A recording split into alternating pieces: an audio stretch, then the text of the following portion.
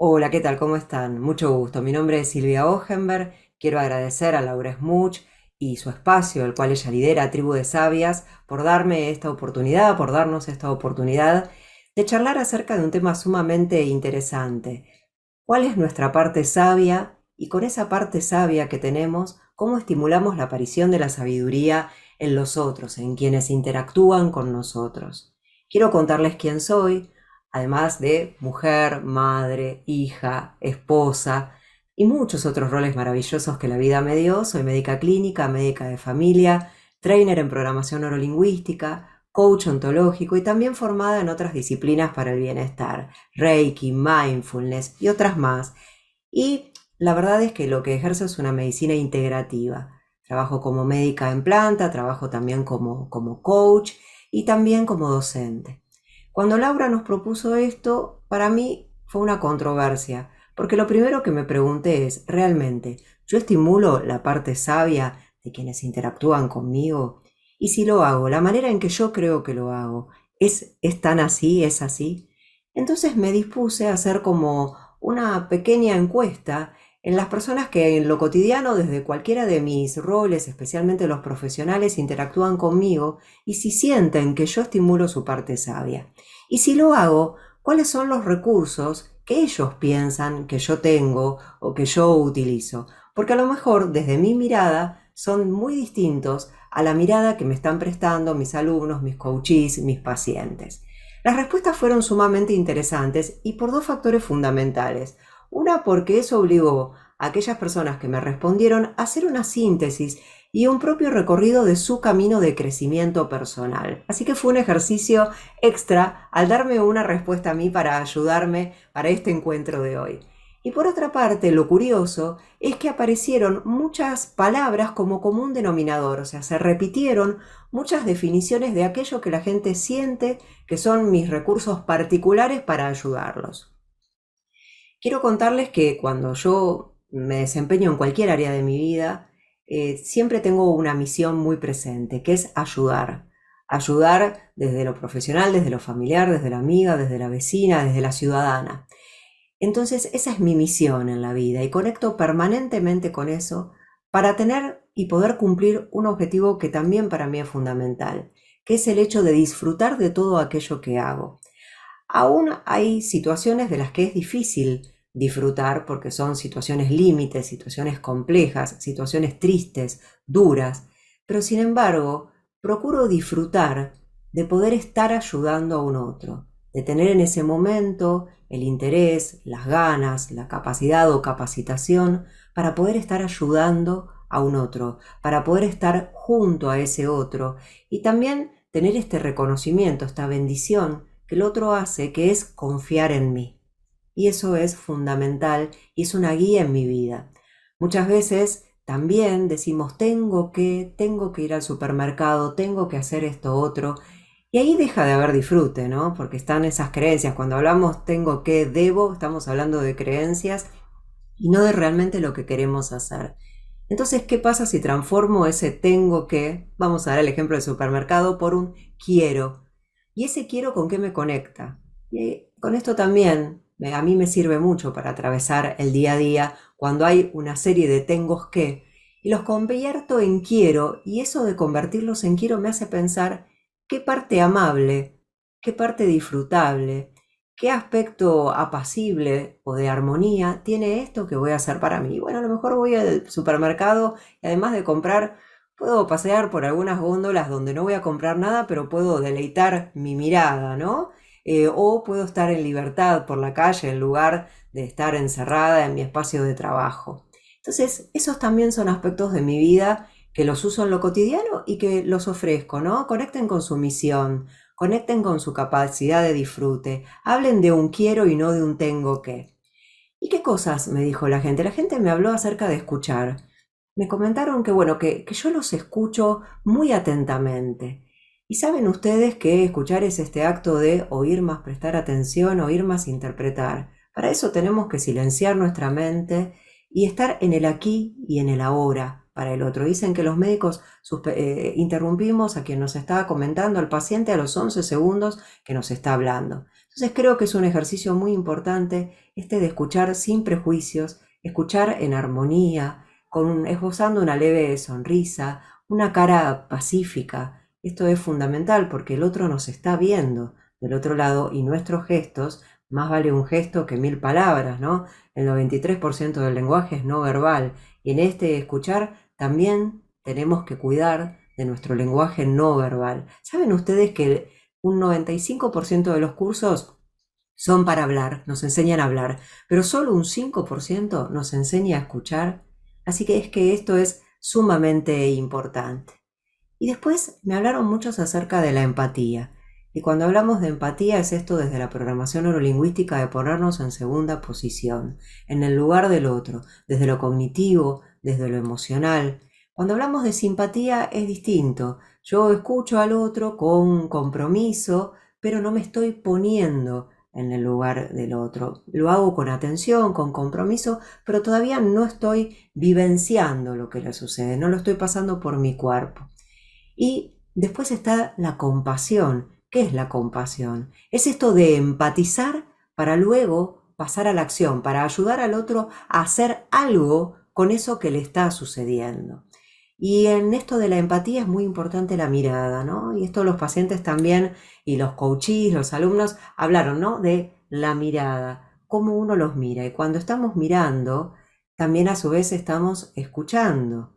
Y cuando estamos escuchando, inclinamos nuestra cabeza. ¿Y cómo están los músculos de nuestra cara, de nuestro cuello, nuestros hombros? ¿Estamos tensos o estamos relajados y en el aquí y en el ahora?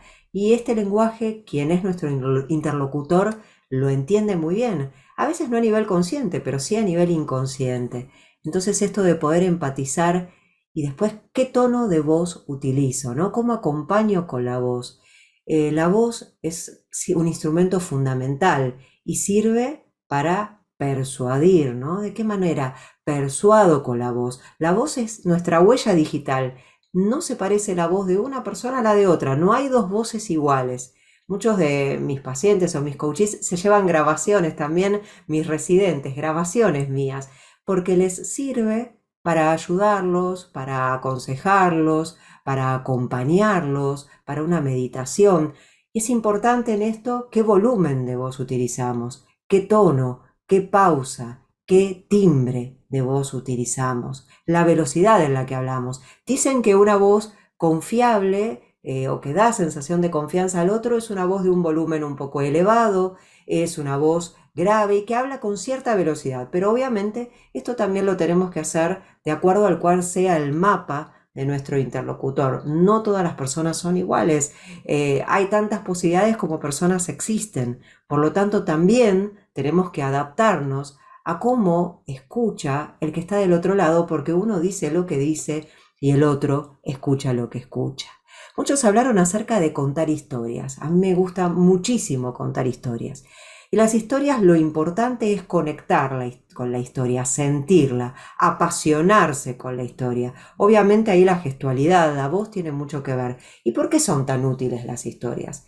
Las historias sensibilizan al otro. Las historias contribuyen a que el otro haga su momento eureka y pueda comprender algo que a lo mejor antes, con una explicación teórica y prolongada, no lograba hacerlo tan bien como a través de una historia, que trabaja a nivel de nuestra mente inconsciente, ¿no? Silenciando a nuestro hemisferio cerebral izquierdo que se queda distraído pensando en el significado de las palabras, en la gramática, mientras estamos contando algo, mientras el derecho hace su insight, ¿no? Su momento creativo, su momento intuitivo. Pueden ser historias personales, eso sensibiliza mucho y le demuestra al otro que del otro lado, quien está trabajando con él, con ella como persona, hay un otro como yo.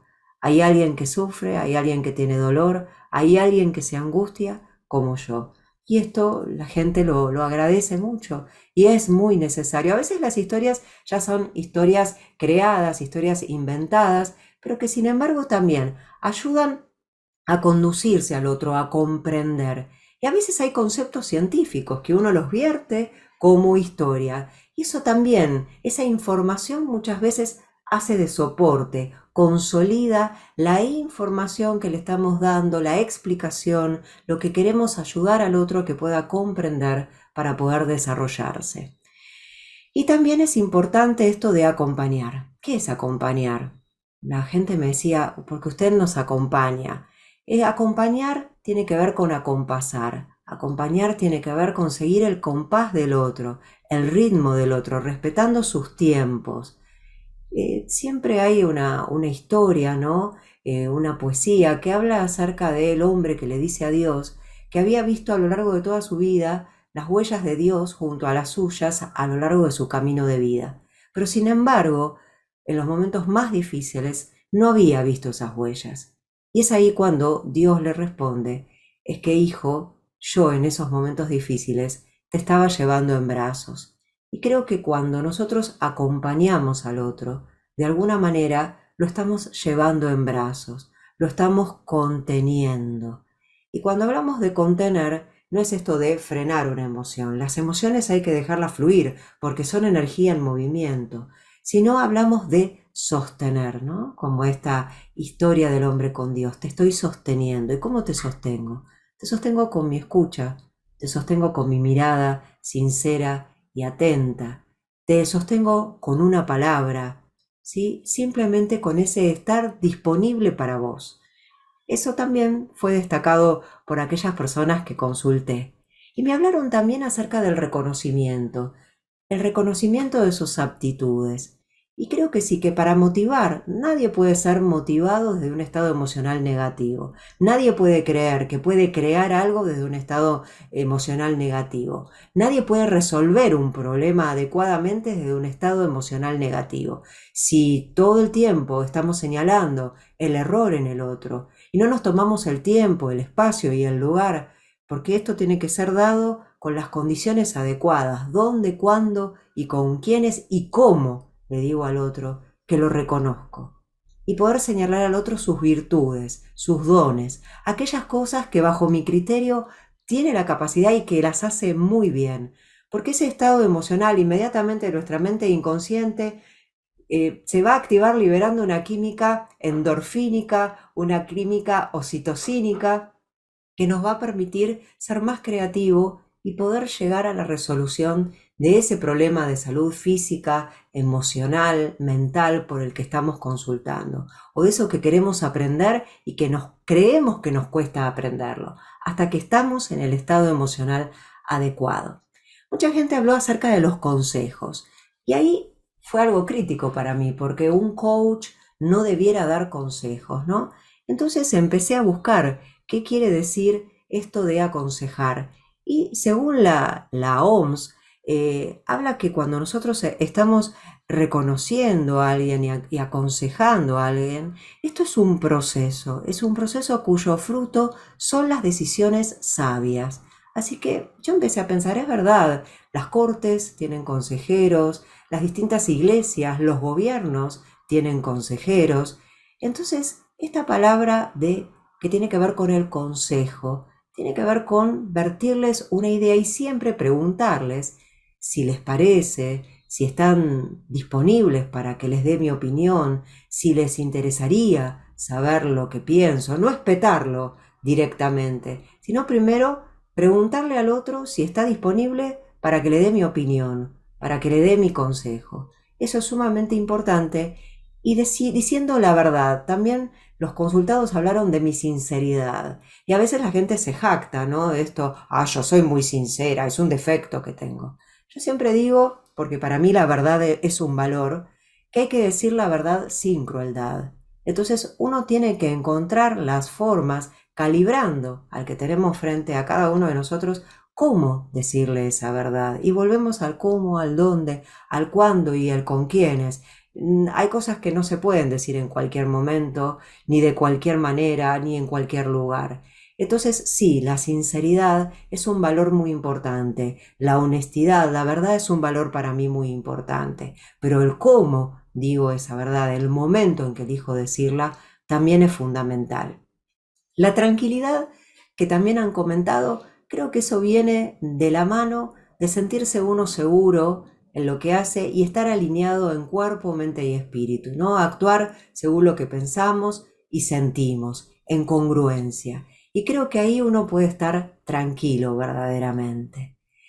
Y después, cuando hablamos del cuidado del otro. Saben que la palabra curar viene de cuidar. Cuando yo cuido de un otro, de alguna manera lo estoy ayudando a curarse. Ahora, ¿cómo hago eso? ¿No? ¿Cómo hago?